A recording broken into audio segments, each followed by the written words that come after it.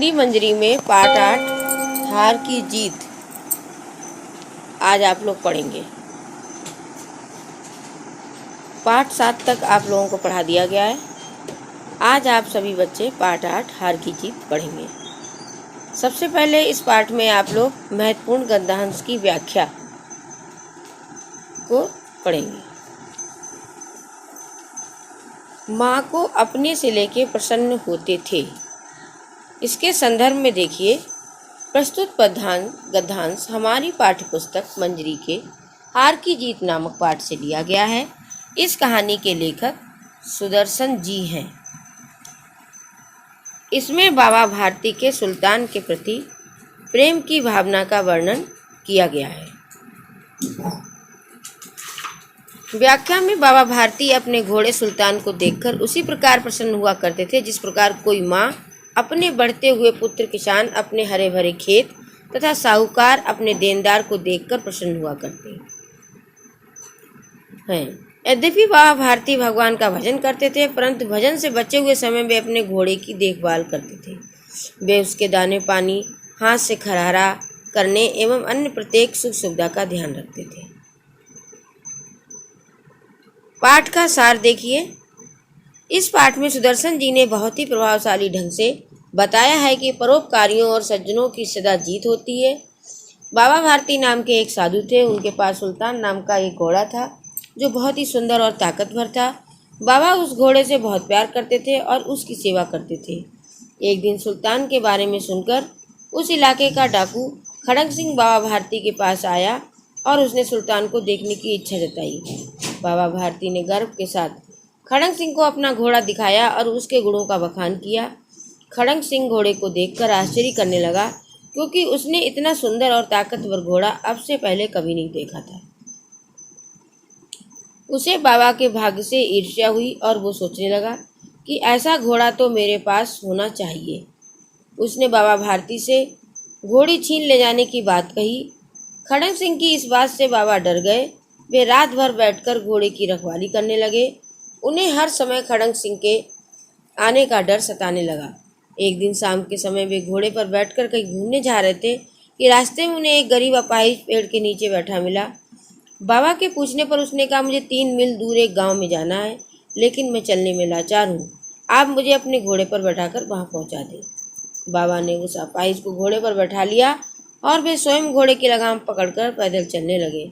अचानक बाबा को एक झटका देकर वो अपाहिज घोड़े को दौड़ाने लगा। बाबा ने देखा तो वो चीख उठे, क्योंकि वो अपाहिज डाकू खड़ग सिंह था। बाबा ने उसे रोकना चाहा, लेकिन वो ना रुका। बाबा ने उससे फिर कहा कि घोड़ा नहीं चाहिए, परंतु ये प्रार्थना है कि तुम किसी को इस घटना के बारे में मत बताना, क्योंकि इस घटना के बारे में सुनने के बाद लोग किसी गरीब पर भरोसा नहीं करेंगे।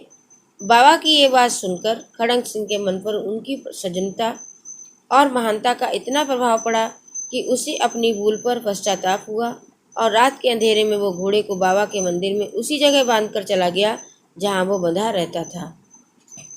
आगे निम्नलिखित प्रश्नों के उत्तर दीजिए। पहला प्रश्न है, बाबा भारती ने खड़ग सिंह से उस घटना को किसी के सामने प्रकट न करने के लिए क्यों कहा? खड़ग सिंह ने अपाहिज और असहाय का भेष बनाकर बाबा भारती से उनका घोड़ा छीना था। यदि इस घटना का जिक्र किसी से भी किया जाता तो लोग अपाहिजों, गरीबों और असहायों की सच्ची बातों पर भी विश्वास नहीं करते, जिससे परोपकार या सेवा भाव के मिट जाने का भय था। अगला प्रश्न देखिए, बाबा भारती द्वारा की गई प्रार्थना का डाकू सिंह पर खड़ग सिंह पर क्या प्रभाव पड़ा? बाबा भारती द्वारा की गई प्रार्थना से डाकू खड़ग सिंह का कठोर हृदय पिघल गया और उसकी मानवता जाग उठी। उसने घोड़ा लौटा दिया। प्रश्न 3, कहानी के आधार पर नीचे दी गई घटनाओं को सही क्रम दीजिए। माँ को अपने बेटे और किसान को लहलाते खेत को देखकर जो आनंद आता, वही बाबा भारती को अपना घोड़ा देखकर आता था। बाबा भारती खड़ग सिंह अस्तबल में पहुंचे। घोड़े की चाल देखकर खड़ग सिंह के हृदय पर सांप लौट गया। खड़ग सिंह जाते जाते कह गया, बाबा जी, ये घोड़ा मैं आपके पास ना रहने दूंगा। बाबा भारती की सारी रात अस्तबल की रखवाली में कटने लगी।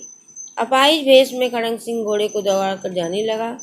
खड़ग सिंह ने बाबा भारती की आवाज़ सुनकर घोड़ा रोक लिया और कहा, बाबा जी, ये घोड़ा अब ना दूंगा। बाबा ने कहा, इस घटना को किसी के सामने प्रकट ना करना।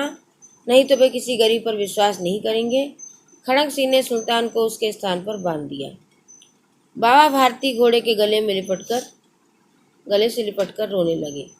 इस कहानी के अंत में किसकी जीत और किसकी हार हुई?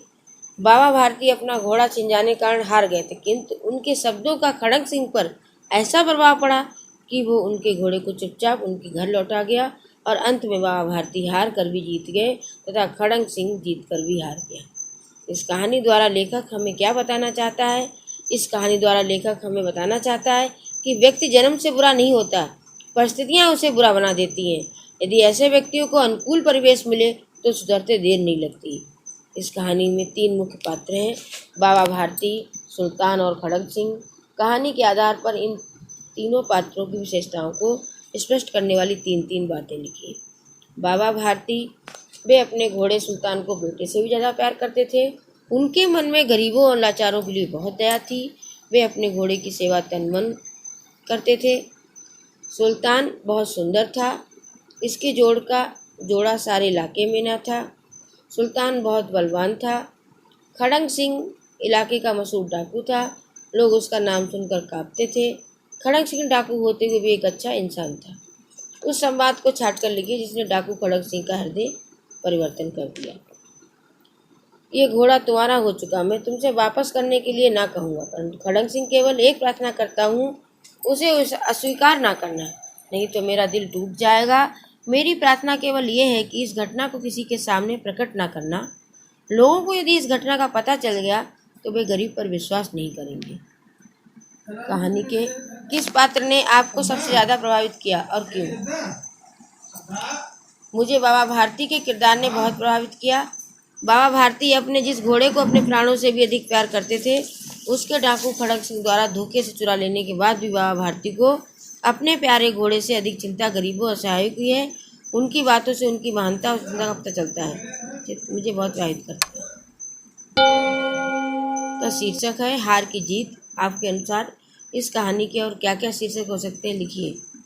मेरे विचार से कहानी का शीर्षक होना चाहिए सच्चे संत बाबा भारती या सबका प्यारा सुल्तान।